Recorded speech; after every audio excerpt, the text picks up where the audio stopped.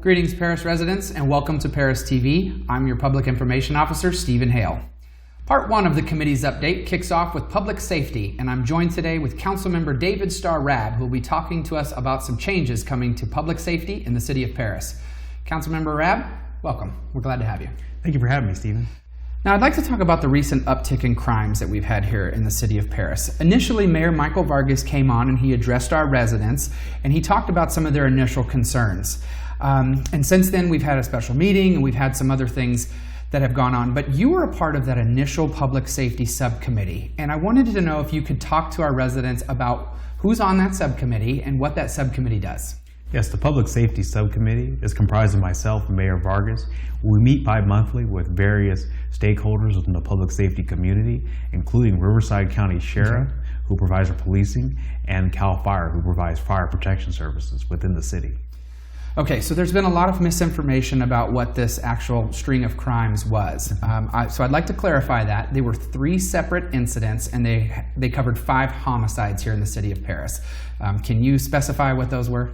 Yes, the 3 separate incidents occurred during the month of February. The first occurred Sunday, February the 2nd, Super Bowl Sunday, in which the 21-year-old young man was killed, shot at the AM/PM gas station located on 4th Street near F Street. The second incident occurred approximately a week later, in which a 25-year-old man was killed at Paragon Park. And the last incident occurred on Monday, February 17th, in which 3 men various ages were killed at the Perris Valley Cemetery. Now, I think it's important to note that to date, all 3 of those suspects have been identified and are in custody, correct?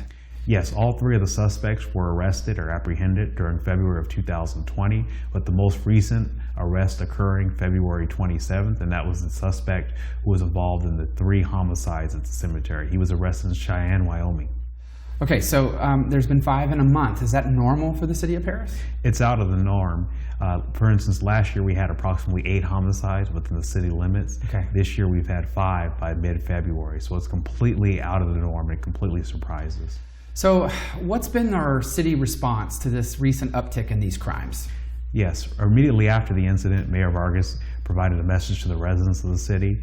We called for a special meeting on Thursday, February 20th. We had approximately well over 100 people attend that meeting, and 200 people come and address their concerns regarding public safety.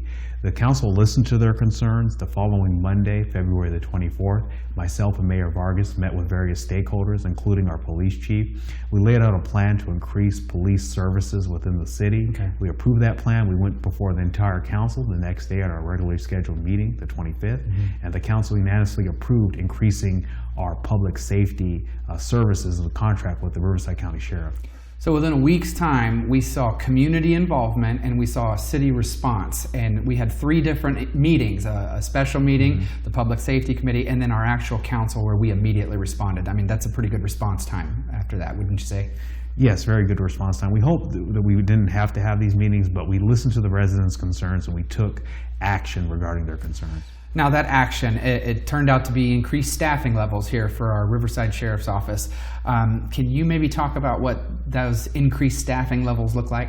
Yes, the increased staffing levels included increasing our patrol hours by 10 hours. That equates to having 1 patrol unit throughout the city throughout the day, hiring several community service officers. These are not full-fledged police officers, but they act in a police role in that they can take reports. For instance, your house is burglarized. A community service officer, CSO, can go to your house, take the report, testify at a preliminary hearing, relay that information to a detective or police officer who's out in the field and can apprehend that individual. We also included 1 member of our POP team, problem-oriented policing team. And that particular team deals with vagrancy issues and other quality of life issues within the city.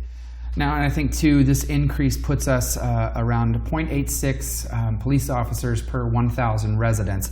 And that ultimately is going to lead us to better response times. We're going to see, and I think that was one of our issues that we heard from our residents at the special meeting.